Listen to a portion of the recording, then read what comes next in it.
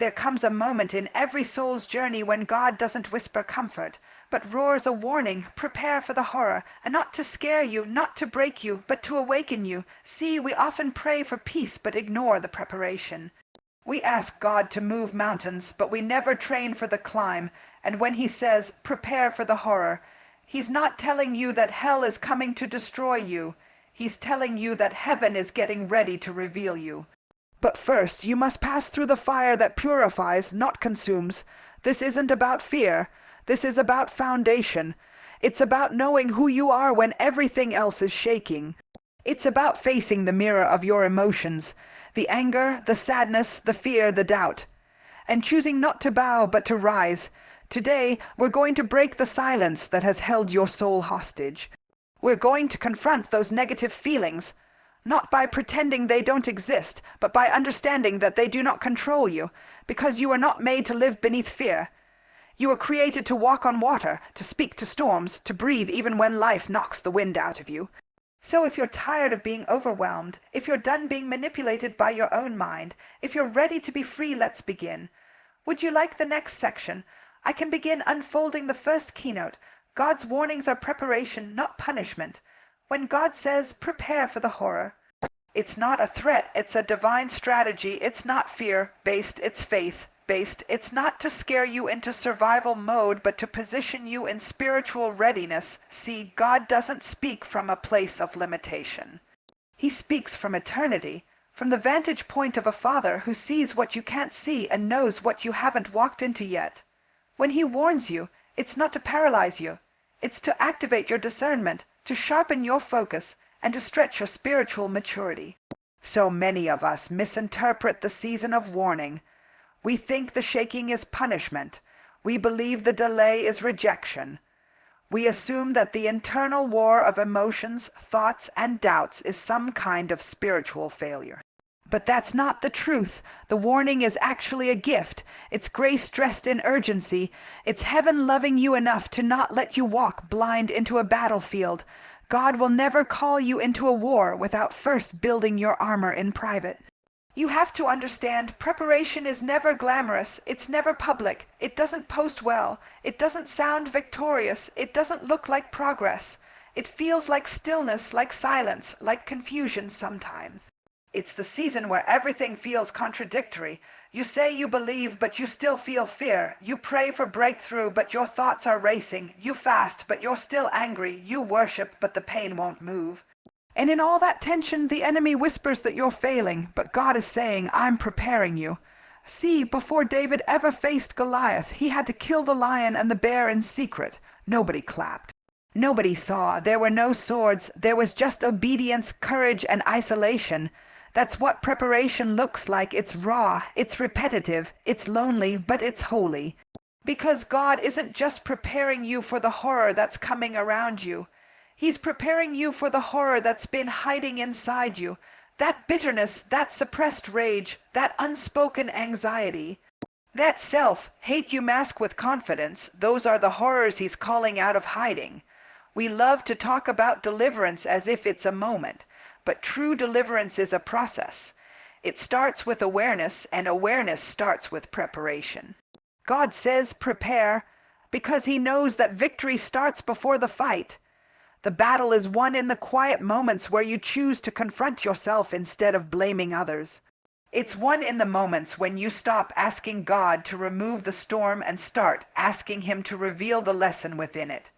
The horror you fear externally is often a reflection of something unresolved internally. This storm around you magnifies the turmoil within you. That's why God warns you, not so you can avoid the horror, but so you can be ready for it. So you can step into it with authority, knowing you've already been strengthened for what's ahead. So you don't fold under the pressure, but rise in it. So you don't confuse hardship with abandonment. We often say, if God loved me, he wouldn't let this happen. But real love prepares. Real love doesn't avoid hard conversations. Real love doesn't sugarcoat reality. Real love gives you the tools, the truth, and the time to become who you were always meant to be. And sometimes becoming who you were called to be requires you to walk through what your flesh fears the most. Think about Jesus in the garden. He knew the horror that was coming, The betrayal, the blood, the beatings, the cross, and what did he do? He didn't run, he didn't numb, he didn't distract, he prayed. He surrendered, he leaned into the Father. That's preparation. It's not pretty, but it's powerful. It's the space where your humanity collides with your divinity, where your weakness meets God's strength. That's what God is inviting you into when he says, prepare. He's not promising that the horror won't come. He's promising that you won't be destroyed by it, but you have to partner with that promise. You have to prepare in your thoughts, prepare in your habits, prepare in your language. What are you feeding your mind? What are you rehearsing in your imagination? Are you building the kind of inner structure that can withstand shaking? Because the horror may come in the form of a diagnosis. It may come through betrayal. It may come through a closed door you thought would never shut. But if you're not emotionally and spiritually prepared, you will call trauma what was actually training. You will label a divine shift as a demonic attack. You will curse the very thing that God sent to bless you in disguise. God's warning is a setup for your strength. It's not fear-based language. It's faith-based wisdom. It's him saying, I trust you to carry the weight of this next season, but first I need you to stretch. I need you to feel the discomfort of growth. I need you to confront the lies that have lived in your head rent-free. I need you to shift from reaction to revelation, because if you keep interpreting everything painful as punishment, you'll miss the transformation inside the trial. The preparation season is holy ground. It's where your identity is solidified. It's where your endurance is forged. You don't become who you are on the mountaintop. You discover it in the valley. You uncover it in the midnight tears, the unanswered questions, the private wrestlings that nobody else sees. That's where the real you begins to rise. And let me tell you something. When God prepares you, he doesn't start with your surroundings. He starts with your spirit. He doesn't build around you. He builds within you. Because it's not about changing your circumstances. It's about equipping your character. If your faith can't withstand the fog, it won't survive the fire. So he builds layer upon layer. He peels back every false narrative. He rewires your inner world. He purifies your motives. He detoxes your belief system. He realigns your focus. That's what spiritual preparation looks like. The horror isn't meant to kill you. It's meant to reveal you. But if you're not prepared, you'll fight battles you were meant to outgrow. You'll try to pray away what God designed to make you powerful. You'll avoid the very season that contains your next dimension. Preparation teaches you discernment. It trains your ear to hear differently. It aligns your eyes to see purpose inside the pain. So when God says prepare, don't panic, don't shut down, don't rebuke it out of fear. Lean in, listen, examine, strengthen. Let him stretch you until your capacity catches up with your calling. Let him dig until your roots are deep enough to hold the weight of your future. Let him break you open so that the real version of you, whole, healed, ready, can emerge. Negative feelings don't come to destroy you. They come to expose what needs healing. Emotions are not enemies. They are indicators. They are signals blinking inside the soul, telling you where to pay attention, where something deeper is trying to speak, where a belief system may be faulty, or where your spirit needs alignment with truth. We live in a world that tells us to suppress, to distract, to numb, to scroll past our feelings. But in the kingdom, suppression is not strength. Transformation begins when you sit with what you feel long enough to understand its message without being ruled by it. God never intended for you to be ruled by emotions. He intended for you to be led by the Spirit. But we confuse leadership with control. And when our emotions feel out of control, we assume something is wrong with us. That assumption breeds shame. Shame becomes silence, and silence, over time, becomes a prison. One where you're smiling on the outside, but breaking on the inside. One where you're praying out loud, but drowning in your own thoughts when the room gets quiet. Let's be real, some of us weren't taught how to feel. We were taught how to pretend, how to perform, how to keep the peace, how to look strong. We were praised for composure, not honesty. And now, when we feel anger or sadness or jealousy or loneliness, we think we've failed spiritually. But you haven't failed. You're human. You're not broken. You're awakening. You're starting to notice what you've spent years avoiding. That noticing is sacred. It's where growth begins. The issue isn't that you feel, it's that you believe your feelings are facts. But feelings are fleeting. They are real, but they're not always right. Just because you feel unworthy doesn't mean you are. Just because you feel abandoned doesn't mean God has left. Just because you feel exhausted doesn't mean you have no strength left. Feelings pass, but decisions remain. That's why you must be intentional about how you interpret what you feel. If you don't process the pain, you'll partner with the lie. Anger, for example, is often grief in disguise. Sadness is sometimes the soul mourning the future it didn't get. Jealousy is not evil in itself. It can be a clue that you've been ignoring your own dreams too long. Anxiety can be a signal that your imagination is overfunctioning and your trust is undernourished. Every emotion has layers, but you have to be willing to go beneath the surface, to ask the harder question, what is this feeling trying to tell me? But most people don't slow down long enough to hear the answer. We run, we stay busy, we spiritualize dysfunction, we say God is good. While ignoring the emotional infection that's growing under the surface, we serve while we're bleeding, we lead while we're wounded. And then we wonder why our joy feels hollow and our peace feels temporary. You can't walk in purpose while pretending you don't feel pain. God isn't asking for your performance, He's asking for your permission to heal you at the root. And here's the truth, the enemy knows how to weaponize your emotions against you. He studies your patterns. He whispers in the moments when your feelings are loudest. He'll use your own voice to attack your identity. And if you're not anchored, you'll start speaking death over yourself. I'm not good enough. Nothing ever changes. Maybe I wasn't called. Those aren't harmless thoughts. They are agreements. And once you agree with the lie, your life begins to bend toward that belief. This is why you must confront, not conform. Confront the thoughts that come in the midnight hour. Confront the narratives that say you're behind. Confront the lies that say God's done with you. You don't confront by yelling louder. You confront by replacing. Replace the lie with truth. Replace the emotion with intention. Replace the pattern with discipline, because you are not your feelings. You are the awareness behind your feelings. You have authority to choose. You are allowed to feel, but you are also empowered to rise. Let's talk about sadness, not the kind that passes after a rough day, but the kind that lingers, the kind that follows you like a shadow. That sadness may be connected to unresolved grief, to parts of your life that died quietly, friendships, dreams, innocence, seasons you didn't get to complete. That kind of sadness demands your honesty. It demands presence. You can't fast it away. You can't shout it away. You sit with it. You hold it up to the light of God's truth, and you allow Him to comfort, not just fix. Because He's not just the God who corrects. He's the God who comforts, who whispers peace into pain, who sits in the ashes with you until you can breathe again. And don't overlook fear. Fear is often the gatekeeper to destiny. It screams loudest when you're closest to break through.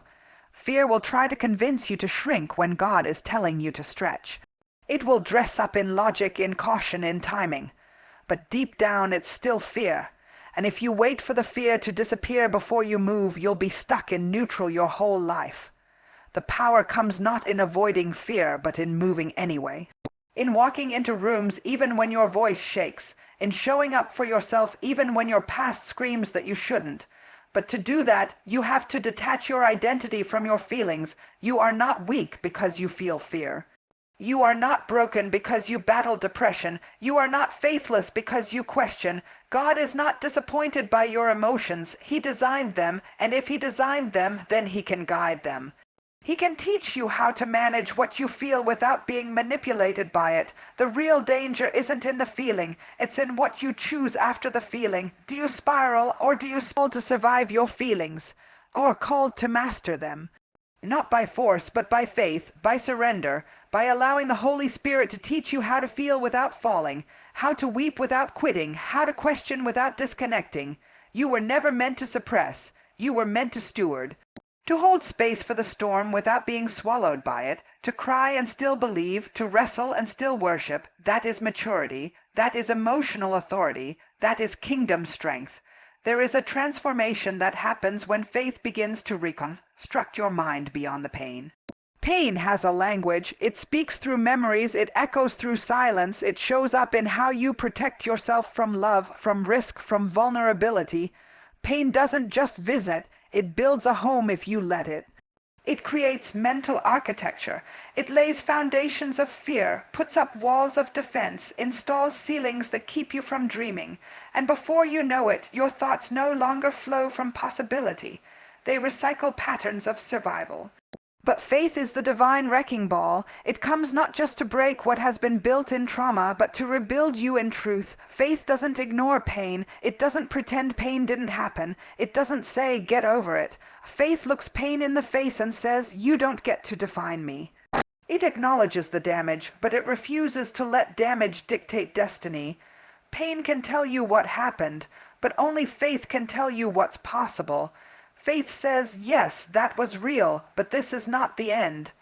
Faith doesn't erase the past, it reframes it. It takes the shattered pieces of your story and constructs something powerful, something redemptive, something whole. That's the reconstruction of the mind. Your mind was never meant to be a prison. It was meant to be a throne room for divine thought, a sanctuary for vision, a space for dreams to be nurtured, not crushed. But pain enters and rewrites the rules. It makes you hyper-vigilant, always anticipating the next attack. It convinces you that safety is found in smallness. It trains you to lower your expectations so you won't be disappointed. But faith calls you out of that cycle. Faith says you don't have to live under the weight of what hurt you. You can think higher, you can see differently, you can imagine again. When your mind is shaped by pain, you operate from defense, not design. You start building a life that avoids rather than a life that creates. You avoid confrontation because you fear rejection. You avoid intimacy because you expect betrayal. You avoid risk because you associate change with danger. But when faith reconstructs the mind, it restores your ability to trust. Even if you don't have all the answers. It revives your ability to hope, even if the last hope broke your heart. Faith teaches you to dream again, not in ignorance of your past, but in spite of it. The renewing of the mind is not an event, it's a process. One thought at a time, one lie replaced with truth, one fear answered with courage, one moment of surrender after another, and it's not always instant. Sometimes God allows you to sit in the discomfort of your own thoughts so that you learn to take authority over them. You learn to cast down imaginations, to challenge inner dialogues, to speak the word when your emotions try to dominate the conversation. That's the kind of faith that transforms. It doesn't just make you feel better. It makes you think differently. Think about how long you've been rehearsing certain thoughts. I'll never be good enough. No one really stays. Something's wrong with me. Those aren't just words. They're agreements, and agreements create architecture. They build emotional blueprints. And if you keep building on broken blueprints, even your blessings will feel like burdens. Even the good things won't satisfy because your mind isn't prepared to receive what God is sending. So faith steps in and begins the demolition. It tears down every stronghold, every generational pattern, every distorted belief. But that kind of internal reconstruction is uncomfortable, because before God builds, he breaks. Not to destroy, but to make room, he disrupts toxic patterns, he surfaces buried memories, he exposes inner vows you didn't know you made, he lets the pressure build so the cracks in your thinking are revealed. And in that space of vulnerability, he begins to pour in truth, not just surface-level affirmations, but deep, spirit-breathed truth that settles in your bones. It's in that reconstruction that peace becomes possible again. Not because your life is perfect, but because your mind is no longer chained to fear. Peace is not the absence of chaos, it's the presence of clarity. It's knowing who you are in the middle of the storm. It's the ability to be still internally, even when everything externally is shifting. That kind of peace is a result of reconstruction. It's the fruit of allowing faith to go deeper than the pain. Faith also restores vision. Pain clouds your ability to see. It magnifies problems and minimizes possibilities. It makes the mountain look bigger than the God who moves mountains. But when faith rebuilds your mind, it adjusts your perspective. You stop seeing everything as a threat and start seeing things as opportunities. You begin to discern what's seasonal and what's permanent. You stop overreacting and start responding with wisdom. Your mental space becomes fertile ground for revelation instead of a battlefield of torment. There are moments where the old thoughts will try to return. You'll feel the pull of doubt, the echo of past trauma, the familiar rhythm of fear. But now, because you've allowed faith to rebuild your mind, you'll recognize it. You won't let it settle. You'll take the thought captive. You'll remind yourself who you are and whose you are, and that moment of clarity, that moment of choosing faith over fear is where transformation solidifies. Faith also empowers you to detach from identity based on pain. So many people walk around wearing trauma like a badge. They define themselves by what they survived. But survival is not the final goal. Wholeness is. You didn't go through all that to just be strong. You went through it to become free, and freedom requires a new way of thinking, a new internal narrative, one that says, I am not what happened to me. I am who God says I am. That identity can't be shaken, because it's rooted in truth, not in experiences. As your mind is reconstructed by faith, you become less reactive. You don't panic every time something goes wrong. You don't spiral into overthinking at the first sign of conflict.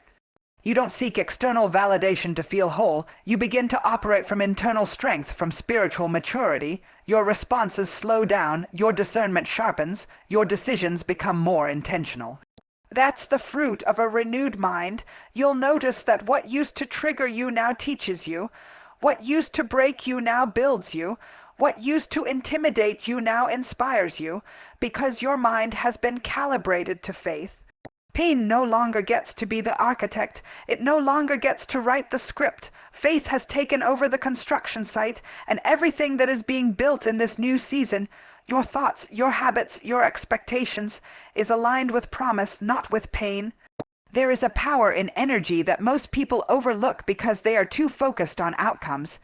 They're trying to control what happens, what's said, what doors open, who stays, who leaves. But what they haven't realized is that everything around them is responding not just to their actions, but to their energy. The frequency they carry, the spiritual vibration they project, the internal atmosphere they live in. Fear has a frequency, so does faith. Doubt has a tone, a weight, so does love. When you walk into a room, you don't have to say a word. Your energy speaks before your mouth ever opens. Your energy tells the truth of what your thoughts try to hide. When your soul is vibrating on a low frequency, fear, insecurity, anger, guilt, you start attracting and accepting things that match that level. It's not because you deserve pain, it's because pain has a pattern. And when you operate from that low frequency, you start repeating that pattern, even in places God never assigned to your trauma. You walk into blessings like their battles. You sabotage connections before they can become healthy. You stay in dysfunction because you don't believe you're worthy of peace. That's not just emotional, it's energetic. God created you to be a spiritual being. That means everything about you is rooted in vibration. Genesis says God spoke, and creation responded. Words are vibrations, thoughts are vibrations, emotions are vibrations.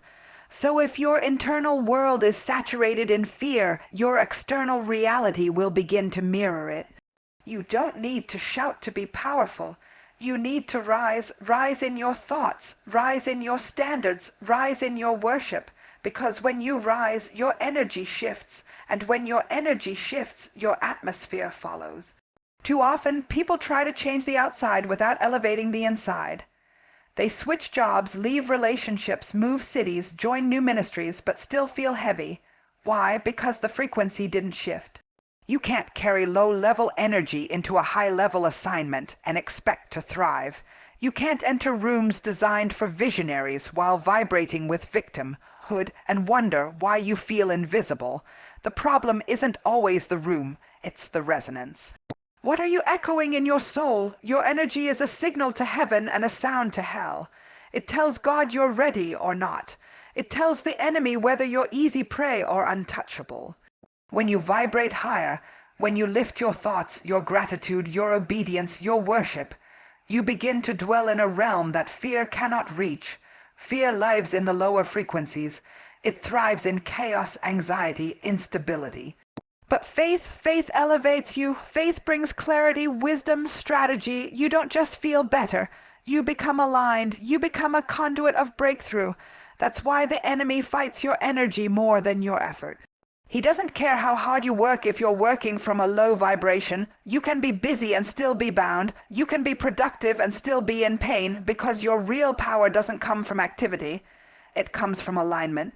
When you align with God's truth, your energy starts to reflect His glory, and when that happens, things begin to shift around you, not because you forced it, but because your frequency changed. You have to be intentional about the environments you dwell in. Because energy is contagious. Sit in gossip long enough and it becomes your language. Dwell in bitterness long enough and it becomes your posture. Live in fear long enough and it becomes your atmosphere. That's why God often calls people into separation before elevation. He's not punishing you. He's detoxing you. He's breaking off old vibrations. He's teaching you how to recognize what depletes you versus what feeds you. Your emotional environment is sacred. You have to guard it like a sanctuary. Who you talk to matters. What you watch matters. What you listen to matters, because every input is shaping your output. If your mornings begin with chaos, your day will often reflect that. If your thoughts are rooted in worry, your decisions will manifest that worry. But when you start your day vibrating higher, with prayer, with gratitude, with silence, with focus, you start accessing divine frequency. That's not emotional hype. That's spiritual discipline. Vibrating higher doesn't mean you're always happy. It means you're grounded, you're centered in truth. You don't deny hard emotions. You process them without letting them pull you under. You cry, but you don't collapse. You feel, but you don't drown. You question, but you don't quit. That's high-frequency living. That's when heaven starts backing your steps. That's when peace becomes your baseline, not your reward. It's not about pretending to be okay. It's about choosing not to live in the basement of your soul. You were not created to dwell in shame. You were not designed to worship from fear. You were not anointed to operate in scarcity. That's not your home. God calls you up. He says, come higher. And not because He wants perfection, but because He knows what's waiting at that level. Clarity is waiting. Confidence is waiting. Strategy is waiting. Healing is waiting. You have to start asking yourself, what am I broadcasting right now? Because your energy always tells the truth. You can post faith but still vibrate with fear. You can sing worship but still vibrate with control. And that's why some people never see the shift they're praying for, because their vibration hasn't caught up with their declarations.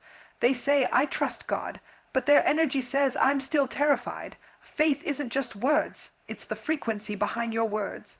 That's why worship is so powerful, not just because of the lyrics, but because of the elevation it creates. Worship raises your vibration. It silences fear, not by ignoring it, but by drowning it in presence. Worship realigns you. It lifts your thoughts from the temporary to the eternal. It reminds your soul who's in control, and in that atmosphere, your energy begins to reflect glory instead of grief. You don't have to be loud to be powerful. You don't have to be busy to be effective. You don't have to be perfect to be elevated. You simply have to rise in your awareness, rise in your posture, rise in your intention. Stop waiting for the room to change. Be the shift. Be the healing, be the calm, be the fire. Carry peace like it's oxygen. Carry joy like it's armor. Walk into spaces and let your energy speak of God's presence before your mouth ever says a word. The horror may come, but it won't survive in the presence of high-frequency faith. Darkness cannot dwell where light is vibrating. Depression cannot take root where praise is constantly lifted. Confusion cannot thrive in an atmosphere of clarity and focus. You want to overcome negative feelings. Elevate. Stop fighting them at their level. Rise above them. Speak over them. Worship through them. Let your energy become a prophetic act. Let it declare, I'm not staying in this place. Let it say, I'm aligned, I'm available, I'm anointed. When God gives you a warning, when he says prepare for the horror, it's not because he plans for you to be consumed. It's because he knows what you carry is too significant to be wasted. He sees the strength you don't know you have. He sees the oil on your life, the purpose that's been marked in the heavens long before you ever took your first breath. But that purpose must be proven, that anointing must be tested, not to disqualify you, but to refine you. Because what's coming is greater than what's been. But if you're not prepared, if your mind isn't rooted, if your spirit isn't stable, the weight of the future will crush what the past only bruised. Your future is not light, it's heavy. Heavy with calling, heavy with responsibility, heavy with impact. God doesn't speak warning unless something holy is attached to your name. The horror is not random, it's not without reason, it's targeted. Hell doesn't attack what it doesn't fear. If the enemy is whispering lies to you, if confusion has been knocking at your door, if you've been feeling pressure you can't explain, it's because the future has already been written, and you're standing in the space between prophecy and possession. That space is where the horror tries to interrupt. That space is where fear tries to substitute purpose with panic. But what the enemy doesn't realize is that God doesn't waste horror. He doesn't allow storms without also releasing strategy. He doesn't expose you to pain without offering power. The horror you walk through will become the platform you speak from. The darkness you navigate will become the oil you pour. The very thing that tried to silence you will become the evidence that your voice was never optional. It was necessary. That's why the horror didn't win. That's why the storm didn't drown you. Because God already designed your future with the horror in mind, and he still called you chosen. There's something about knowing your future is bigger than your present fight that changes how you show up. It changes your posture. It shifts your expectation. You stop asking, why me? And you start declaring, God, make me ready. You stop shrinking around opposition and start standing like someone who knows that legacy is watching, that generations are waiting, that your future family, your future impact, your future harvest is attached to the way you fight right now, and not just fight to survive, but fight to stay aligned, to stay holy, to stay sensitive to God's voice in the middle of chaos. See, the horror wants to trick you into thinking you're alone. It wants you to believe the pain is evidence of abandonment, but your Father doesn't leave you when it gets hard. He draws closer. He sharpens your ears. He stretches your endurance. He walks you through the fire not to hurt you, but to purify what you've been carrying. Because where you're going, compromise can't go with you. Where you're headed, insecurity can't stay. The future is too powerful to let brokenness lead the way. So God will allow confrontation before elevation. He'll pull out what you've hidden so that it doesn't sabotage what's next. And yes, there will be moments when the horror feels like it's winning. Moments when the tears fall heavy, when the silence is loud, when the thoughts are relentless. You'll feel like giving up. You'll wonder if you heard God right. But deep down, something will still be burning. Something small but steady. That's your future refusing to die. That's your spirit remembering what God spoke when nobody else was listening. That's the word of God hidden in your heart, pushing back against every lie trying to take root.